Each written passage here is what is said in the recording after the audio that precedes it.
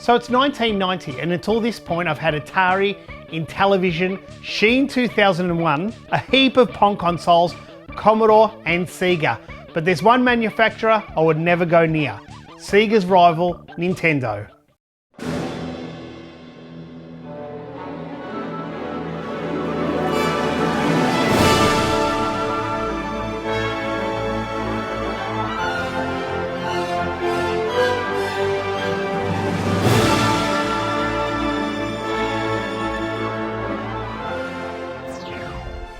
Welcome to the 90s, another great year for music and movies, especially for Australian music, Midnight Oil, In Excess and the incredible AC/DC.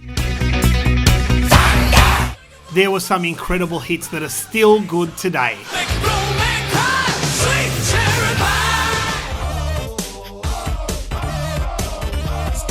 Hammer time. If there was a problem, yo, I'll solve it. Check out the hook while my DJ revolves it. But my favourite song almost of all time is Enjoy the Silence by Depeche Mode. 1990 was a big year for sequels, Another 48 Hours, Gremlins 2, Young Guns 2, Robocop 2, Predator 2, Die Hard 2. We also had some smash hits such as Teenage Mutant Ninja Turtles, Home Alone, Pretty Woman, and that Ghost movie. A ghost? Ghost Dad. Not Ghost Dad, Ghost. But my two favourites are Goodfellas. Well, you know, the way you tell the story and everything. Funny how? I mean, what's funny about it? Yeah, Tommy, no, you got it all wrong. Anthony. He's a big boy. He knows what he said. What'd you say? You're right. Funny how? And of course, Back to the Future 3. They'll shoot the fleas off a dog's back at 500 yards, Tannen, and it's pointed straight at your head. That's right, I never owned a Nintendo console to this point. I had a friend at high school who owned an NES with Mario and Rad Racer. And I must admit, when I walked into a department store, I loved Rob the Robot. But I had Sega running through my veins. And apart from owning the occasional Game & Watch, I was never going to buy a Nintendo console. Until one day I walked in my news agency and found a new magazine. Just because it had the Mega Drive on the front cover, I had to buy it. It was called Mean Machines, and it was incredible. This is the very first edition, and being almost 30 years old, it's had a lot of use. Unlike Zap64 and C Plus VG, this magazine was for consoles only. But when I turned to page 22, my life changed forever.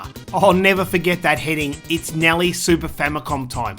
What's a Super Famicom? Then I started to read the article. It's Nintendo's new machine. It's 16-bit. It's stacked full of custom processors, can produce 3D graphics, rotate the screen, can scroll 4 different playfields in any direction and at any speed. Then I saw it was going to be 100% compatible with existing Nintendo software. Over 400 games. Who cares? I don't even need this console until I looked to the right. Then I looked down, and then there it was. The clincher. The thing that made me buy the Super Famicom.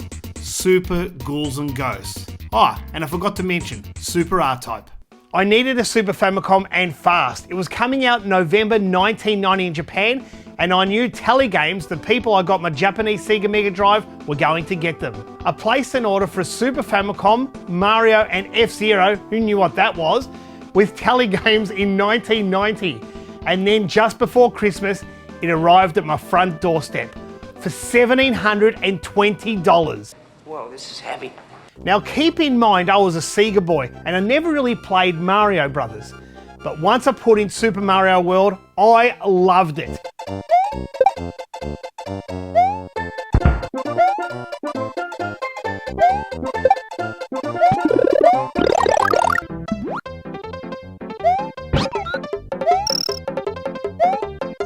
To this very day, it remains my favourite Super Mario of the series. After playing it initially for about 2 hours, I decided to try this new game, F-Zero.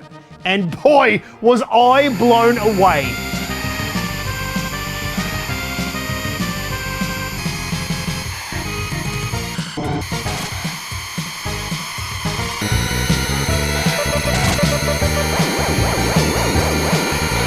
Unfortunately for the time, they were the only 2 games I had.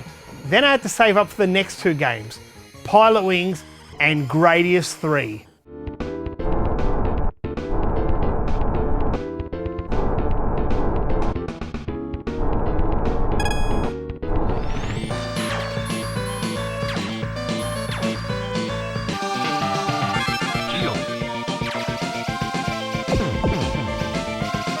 It's kind of funny that Super Mario, Pilot Wings, Gradius 3 and F-Zero are probably my top 10 Super Famicom games of all time.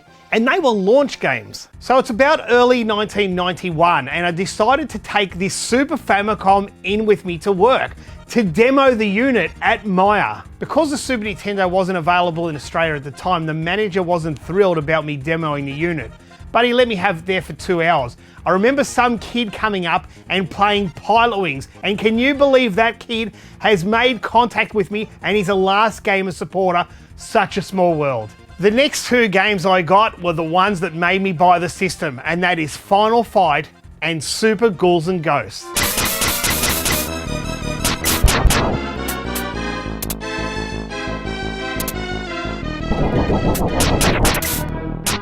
Now for me, this is one of the best times in gaming. I had a Sega Mega Drive, Japanese version, and a Super Famicom that wasn't even released anywhere else in the world but Japan. But there was one big problem. The games were costing me a fortune, like at least $150 a game, because England were importing them from Japan and I was importing them from England. I need to cut out the middleman. So my good friend Bruno and I went to a public library and looked in international phone books. We looked up numbers where we could import Japanese games from, and the best place to get them? Hong Kong. You would think Japan would be the obvious choice, but it was very hard to find companies that would send to Australia, let alone have a good exchange rate. We hit it big time. We would be buying Sega Mega Drive and Super Famicom games from Hong Kong for half the price that we were buying them from in England. And you know what we did then? We put an ad in the local paper and started selling games. Things were going great. We had hundreds of customers. The problem was I was working full-time for Myer and Bruno's working as a full-time renderer. We were selling games out of Bruno's garage. The problem was the Sega Mega Drive was about to launch and the Super Nintendo wasn't far behind it. So we decided to stop importing games, so we went back to our normal jobs. A few months later, Bruno opened up a video game shop called High Tech Game Centre with his business partner. I was only the tender age of 17 years old, so what was I going to do?